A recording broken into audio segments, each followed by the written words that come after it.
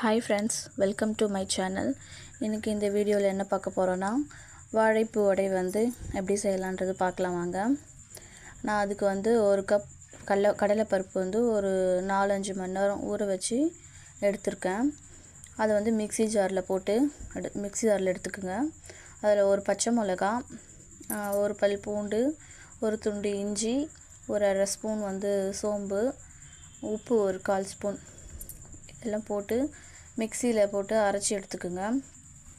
இதை அரைச்சி எடுத்த இந்த மாவை வந்து ஒரு பவுலில் வந்து போட்டுக்குங்க. எடுத்து இந்த அளவுக்கு வந்து கொஞ்சம் கொரகொரப்பாக அரைச்சிக்குங்க.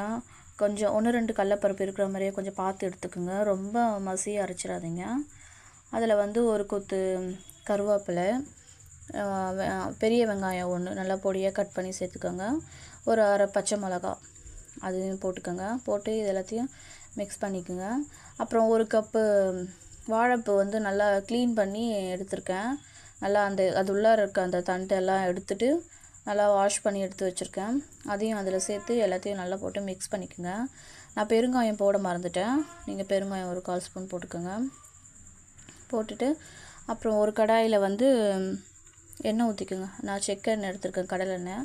நீங்கள் என்ன எண்ணெய் சமையலுக்கு யூஸ் பண்ணீங்களோ அதையே நீங்கள் எடுத்துக்கோங்க. இப்போ எண்ணெய் தேவையான அளவு ரொம்ப ஊற்றிக்காதீங்க, திட்டமாக ஊற்றிக்குங்க. ஏன்னா கொஞ்சம் கொஞ்சமாகவே நீங்கள் போட்டு எடுத்துக்கலாம் வடையை. ஸோ எண்ணெய் நல்லா காஞ்சிடுச்சு. எண்ணெய் காஞ்சோடனே ஒரு சின்ன சின்ன உருண்டையாக எடுத்து நல்லா ரொம்ப தட்டையாக தட்டாமல் கொஞ்சம் கனகனமாக எடுத்து தட்டுறோம் பார்த்திங்களா, அந்த மாதிரி ஒரு ஷேப்புக்கு நல்லா சின்ன சின்னதாக அழகாக தட்டி எடுத்துக்குங்க. தட்டி கடாயில் எல்லாத்தையும் போட்டுட்டு உடனே கிண்டாதீங்க. அது நல்லா வந்து ப்ரௌன் கலரில் வரட்டும். ப்ரௌன் கலரில் நல்லா வெந்த பிறகு திருப்பி போடுங்க. திருப்பி போட்டு நல்லா வேக விட்டுடுங்க.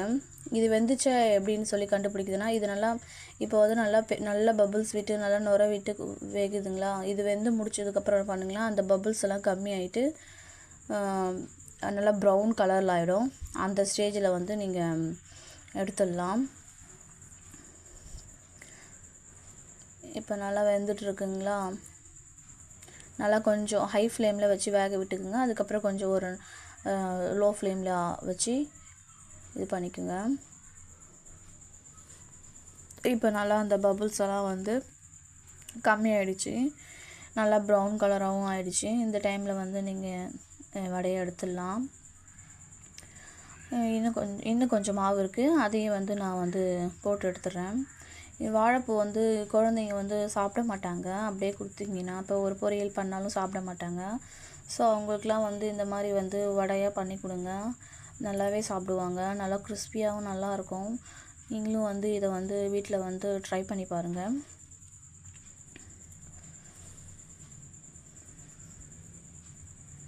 நான் அடுத்து இந்த வடையும் வந்து சேர்த்து போட்டு எடுத்துட்டேன்.